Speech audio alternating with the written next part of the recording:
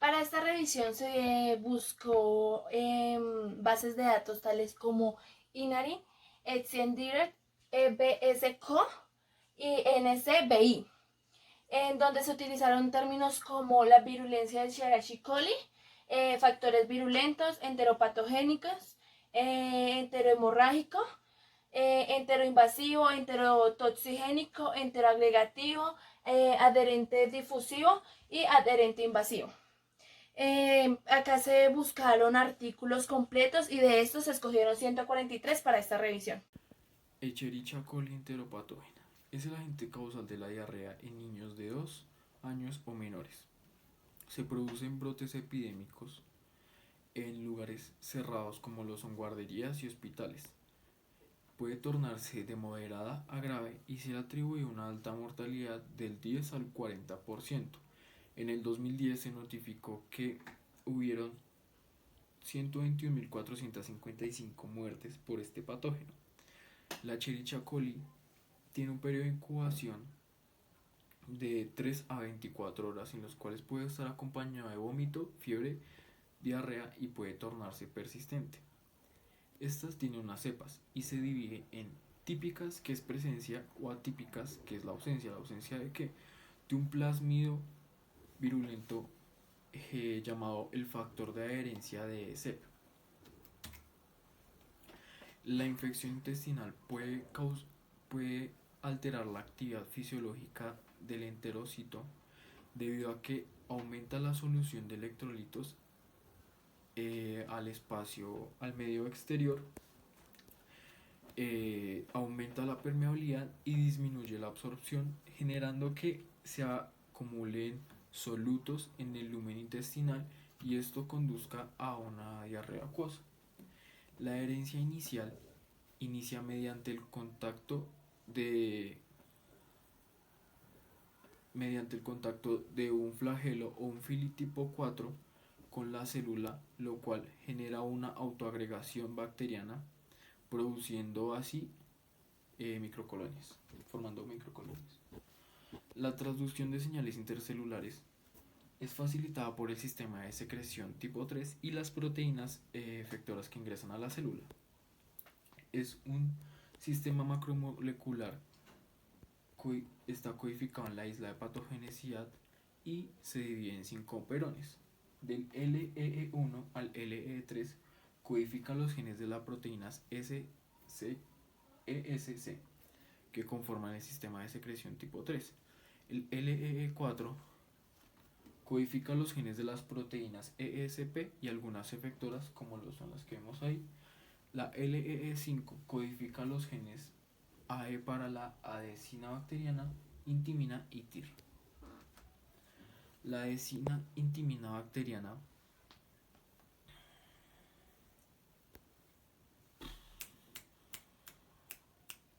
a la vez que el sistema de secreción 3 y las proteínas efectoras ingresan a la célula, la bacteria ingresa una proteína TIR, la cual genera la adherencia de la bacteria a la célula, a la membrana íntima bacteriana. Entonces, una vez adentro, la TIR, no, la cabeza de TIR se ve expuesta en la superficie de la membrana del enterocito y actúa como receptor de intimina.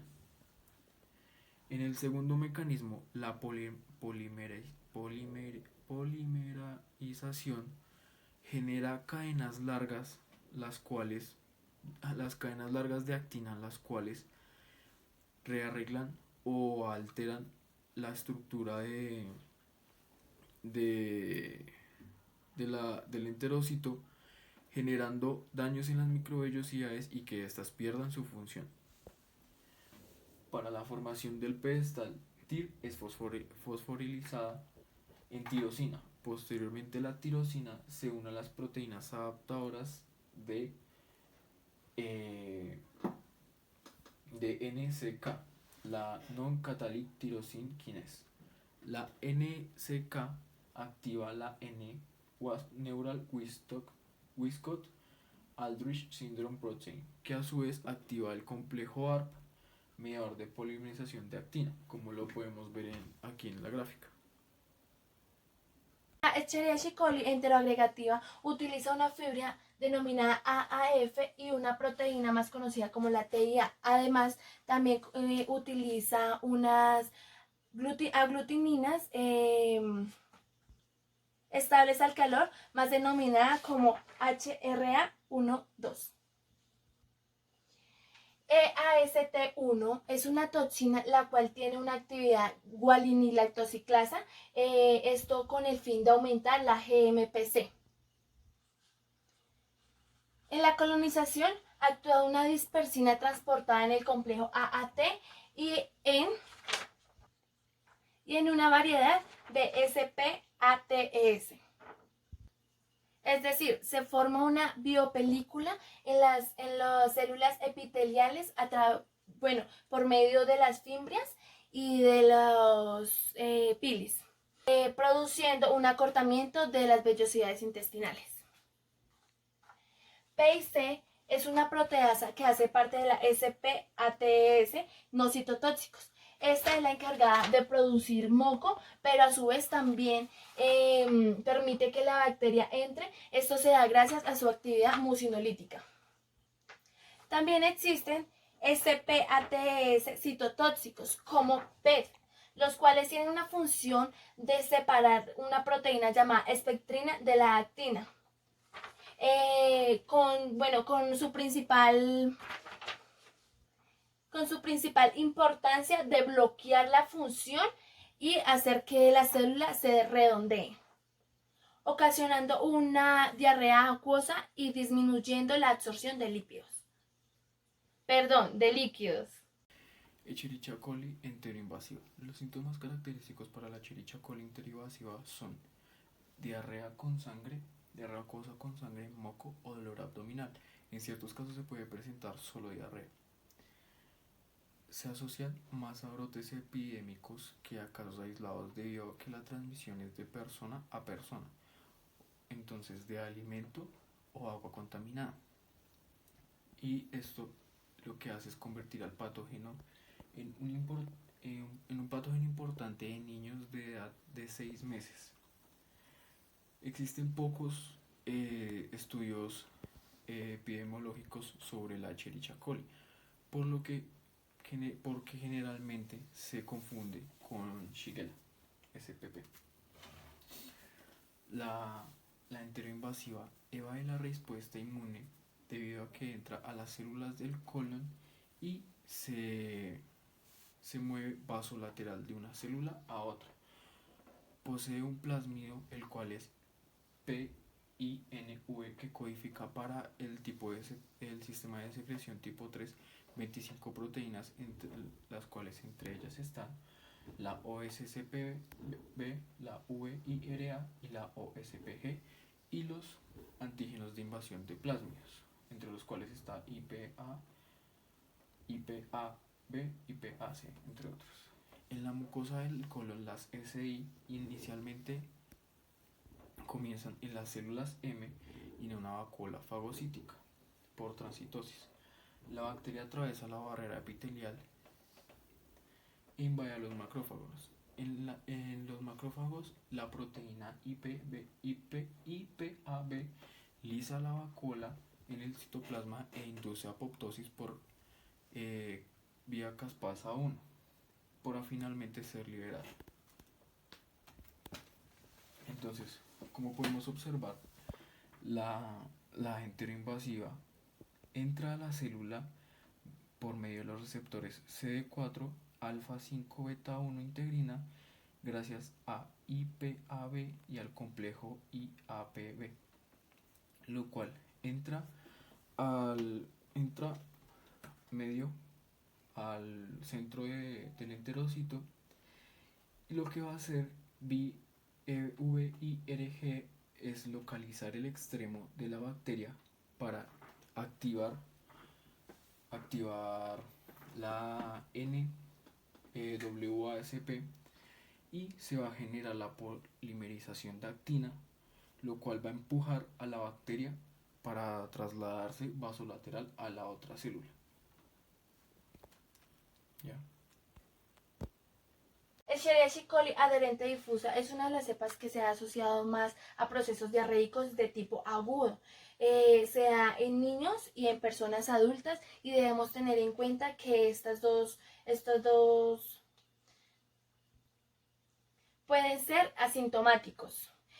Sus características principales es que su unión con adhesinas es principalmente al intestino mucoso. También es una formación de microcolinas típicas en forma de ladrillos apilados, producción de citoquinas y de enterotoxinas. Y por último, desarrollo grave de inflamación en las mucosas. La Escherichia coli adherente difusa, les voy a explicar el proceso. Acá podemos encontrar la bacteria. Estas son las adhesinas afimbriales y fimbriales, las cuales son el principal mecanismo de patogenicidad de esta bacteria. Estas son las encargadas de reconocer pues el receptor HDAF, el cual activa la quinasa CRC, la cual es la encargada de la movilización y organización del FAD en la bacteria, produciendo una enlogación y pérdida de las microvellosidades y también una secreción del agua y del agua y de los electrolitos. La activación de la vía de señalización MAP culmina en la interleuquina 8, la cual produce una translocación de los polimorfos nucleares. Esto estimula la síntesis de factor de necrosis alfa de la interleuquina 1 beta en el enterocito y produciendo finalmente un daño celular. Desde hace varios años se han realizado estudios para generar una vacuna para reducir la exposición a los diferentes patotipos de la E. coli en humanos. Se han ensayado diferentes modelos de vacunas, ya sea recombinantes, atenuados o conjugados, y entre otros, recientemente se hizo una mezcla celular completa inactivada de los 5 patotipos de E. coli. Algunos de sus estudios están en la fase preliminar, pero hay otros que ya se encuentran en un estado que se están realizando ya estudios clínicos. La vacuna combinada contra los 5 patotipos de E. coli se probó en modelos murinos al mezclar los 5 patotipos completos de la E. coli, la Escherichia coli enteropatógena, Escherichia coli enteroadhesiva, Escherichia coli enteroinvasiva, entre los otros. Inactivados con formol y aplicados subcutáneamente, la vacuna combinada mostró un 100% de supervivencia en ratones.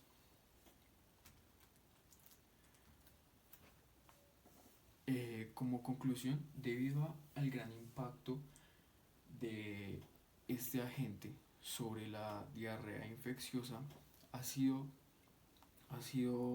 un tema de interés para la investigación